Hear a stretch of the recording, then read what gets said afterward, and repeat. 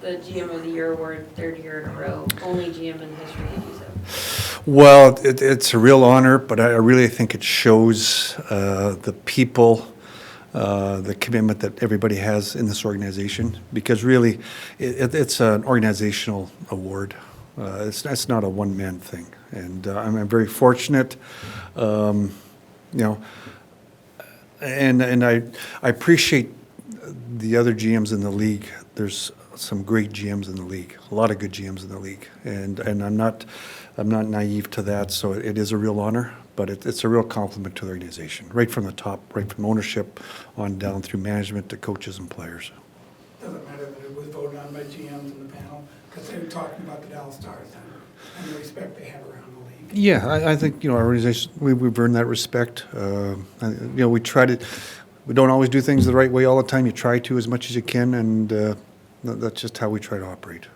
What were the special challenges this year? Obviously, you made a trade for Mika. That was, I don't want to say unusual, but you guys had never been in that water before. Yeah, every year's unique. Every year's got something different. You know, we're just, you know, we're getting prepared for free agency coming up, and you have all these great schemes and stuff. And we were kind of talking about how last year, how we had all these plans and how we, you know, missed out on about 4 or 5 players. So every year's different, and you know, injuries come into play. So many different factors. What did it mean to you to be able to share that award and be surprised by your wife and kids? Yeah, that was kind of special. Yeah, when what we had last night was our every night before the draft. We always have we get the whole staff together, have our staff kind of to get ready for the draft and that. And so I had no idea. And all of a sudden I got a tap on the shoulders, my wife, and I'm like, "What are you doing here?" And away we went from there. And then to see my kids, to be able to share this with my kids, they flew in. 2 of them flew in from Detroit.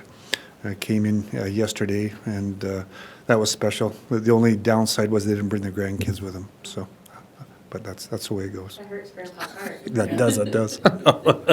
Since we got you here, can you give us any update on the coaching search and just the whole Yeah, really no update. We're still in the process. It's been a real good process. We're still interviewing people, and you know, we're getting it narrowed down. And I'd like to get buttoned up here. I'm not going to put a time frame on it, but you know, you got July 1st coming. There's a lot of work to be done, and whoever is going to be the coach, and you know, it's going to have to hire some staff, as we've seen. We've had some people leave for different reasons and stuff, so lots of work to be done. So something I'd like to get buttoned down as soon as we can, but I'm not going to rush it just for the sake of a deadline.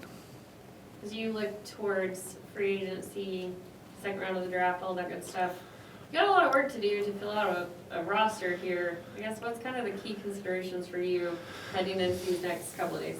Yeah, you know, actually the roster's kind of coming together maybe a little better than we thought. It's kind of, things have fallen in place, so we're happy that way. Now, I know some things that you guys don't know, so.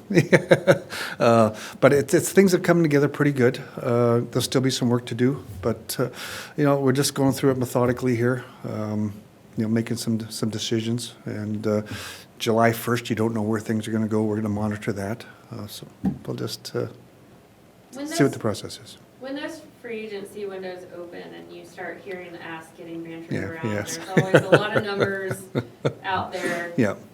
I guess, where do you draw the line for yourself and the organization when it comes to what you're willing to pay, or how far you're willing to go to get the player you want? We have a pretty good feel for that. You know, first of all, there's a cap, so you know there's a limit. But then you take calls, you field calls. Somebody might have a trade, and that can change your cap, I guess, cap picture anytime. So we have to listen to those. It's always evolving. It's ever evolving. You know, July 1st, you got to be careful. It can be a dangerous time. It's not one of those years where we're going to be chasing a lot of big names. You know, we've made a lot of our decisions were made during last year a little bit. You know, when you had a Mikko Rantanen, we signed Wyatt Johnson, we signed Jake Ottinger, Esa Lindell. So a lot of those decisions were made during the year, and part of that reason was so that we didn't have to get in this situation where you got to sign certain things too. So a lot of that was taken care of during the year. Now there's still the moves we have to make. We know that, but a lot of that work was done during the season also. How much sleep do you get between now and July 2nd? It's a busy time, but once again, I know we got a great staff. We're organized.